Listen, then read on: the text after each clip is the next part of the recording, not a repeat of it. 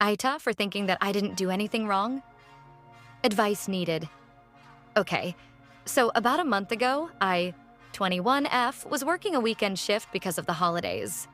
One of my coworkers, we'll call her Julie, 26F, decided to buy everyone boba tea as a special treat. I thought the gesture was incredibly sweet and decided to post a picture of my drink on my Snapchat story thanking her. Now, the two other people involved in this story are some of my closest friends. One, who we'll call Angelina, 29F, and the other who we'll call Rachel, 24F. Both used to work at my current job, and that's how we met.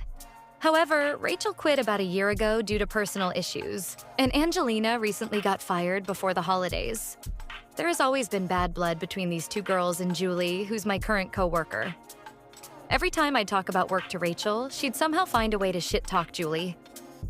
And Angelina claimed that Julie is the reason why she got fried, because Julie never liked her. When Angelina had multiple complaints against her and my managers were fed up with all the drama after almost 4 years. My friends always claimed that Julie and some of my other coworkers were mean girls and for me not to be her friend. I've never hung out with Julie, but I've never witnessed her being a mean girl either. So, I post the story, and not even an hour later, I'm getting flamed in the DMs by both Angelina and Rachel. Angelina gets incredibly upset and is saying stuff like, "How could you ever do such a thing when you know my feelings on Julie?" And how Julie is the reason why she got fired, which is a lie from the pit of hell. Meanwhile, Rachel and I were supposed to hang out that night.